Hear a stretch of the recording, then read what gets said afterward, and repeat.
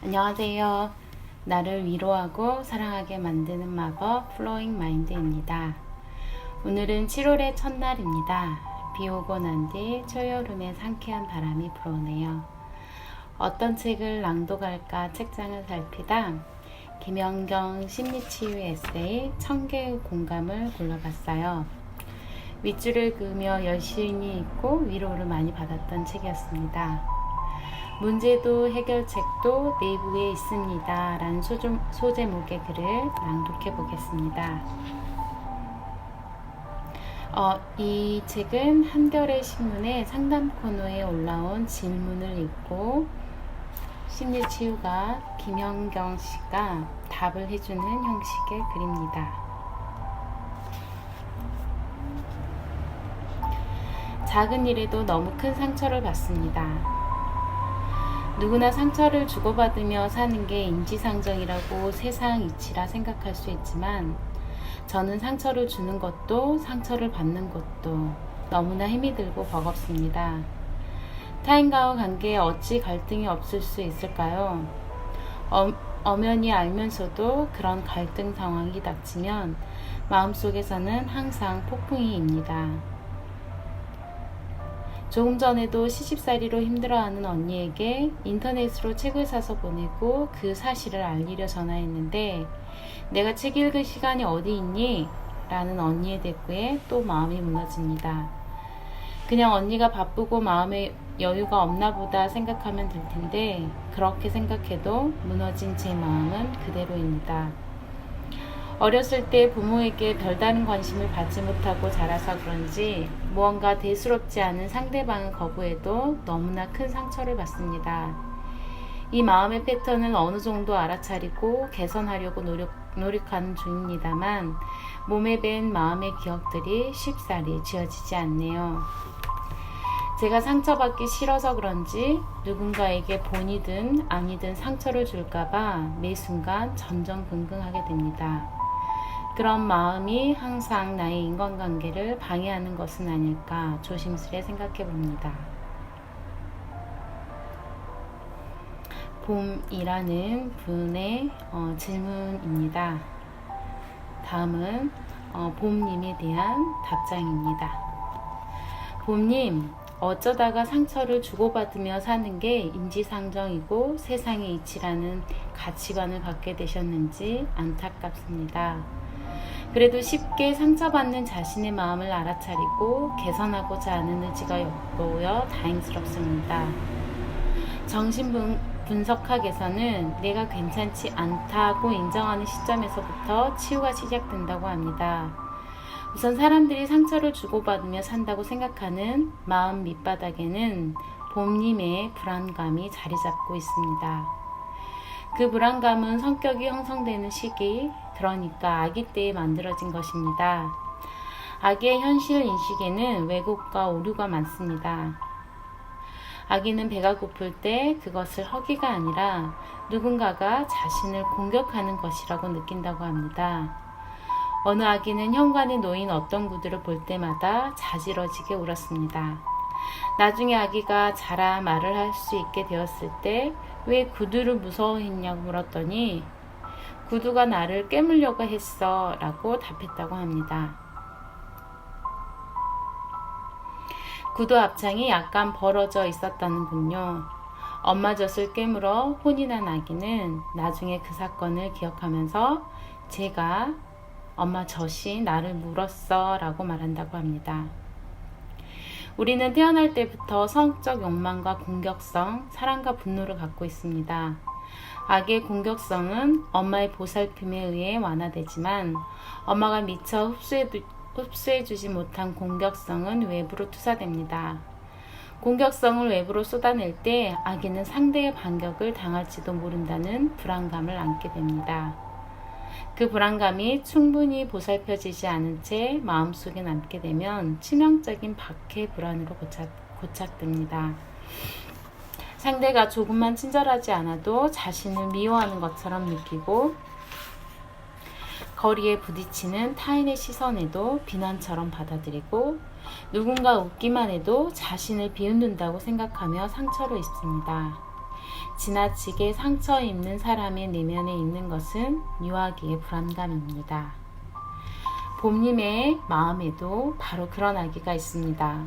생리적 공격성을 제대로 처리하지 못해 아직도 불안해하는 그 아기를 이제는 봄님 스스로 보살피셔야 합니다. 아무도 자신을 공격하거나 미워하지 않는다는 사실을 현실 속에서 거듭 확인하면서 그런 생각이 망상이라는 것을 알아차리셔야 합니다.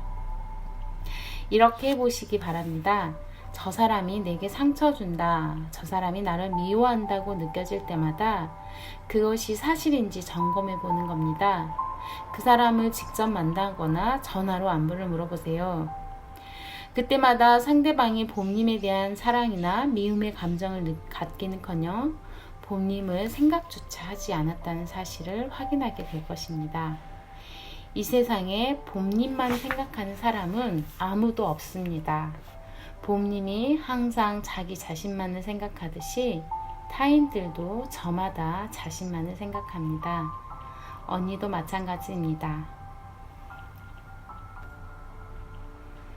또 한 가지, 우리는 어떤 문제가 생기면 반사적으로 그 원인을 외부에서 찾는 습관이 있습니다.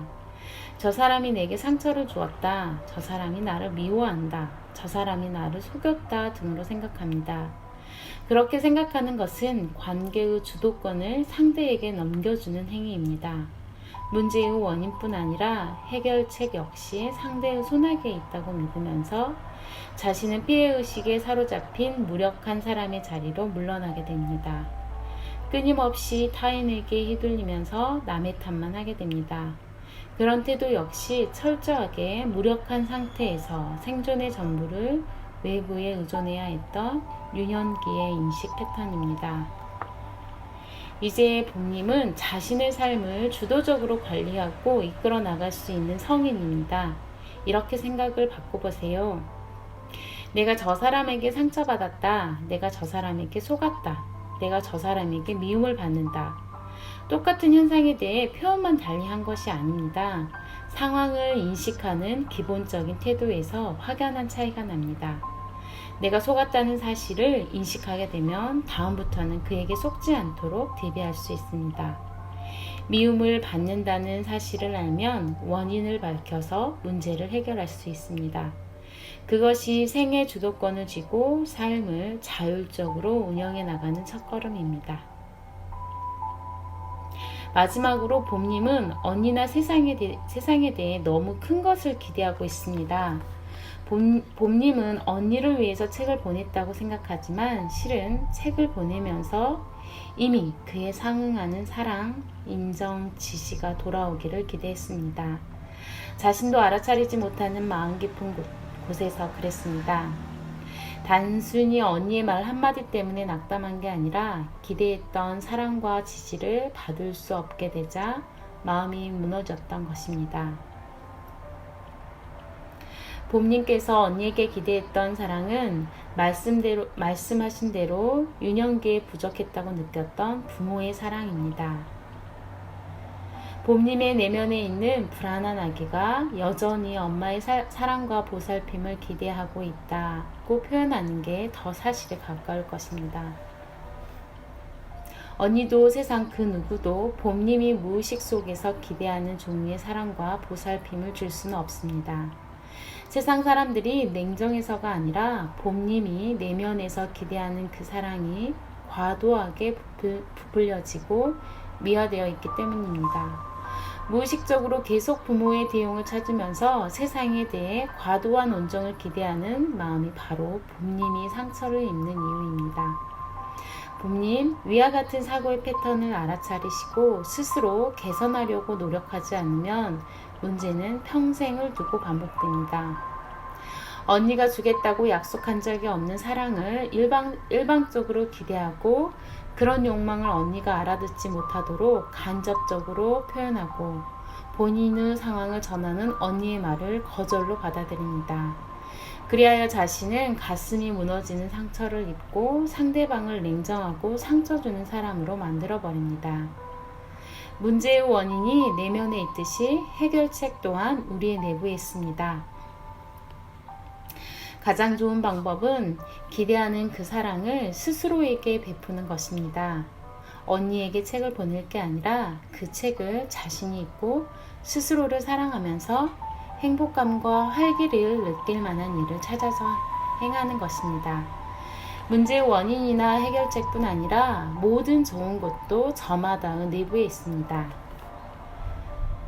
마음속에 기대하는 인정, 지지, 사랑, 행복, 즐거움 등을 스스로 향유하고 타인과 나눌 수 있는 역량이 우리 모두의 내면에 있습니다.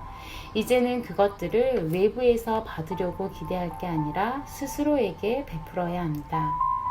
자신의 욕망을 잘 이해하고 스스로의 노력으로 그것을 적절하게 충족시켜 주어야 합니다. 그런 다음 상대방의 입장에도 서보시기 바랍니다. 언니 역시 외롭고 허전한 내면을 갖고 있고 사랑을 필요로 하며 자주 상처받는 봄님과 똑같은 사람입니다. 정신분석적 심리치료가 끝나는 지점에서 피분석자가 만나는 감정 중에 고립무원의 느낌이라는 게 있습니다. 이제는 누구에게도 어디에도 의지할 데가 없구나 하는 사실을 솔솔하치도록 절감하게 됩니다. 바로 그 지점에서부터 유년기의 질긴 의존성을 벗고 독립된 개인으로 자율적인 삶을 살아가기 시작합니다.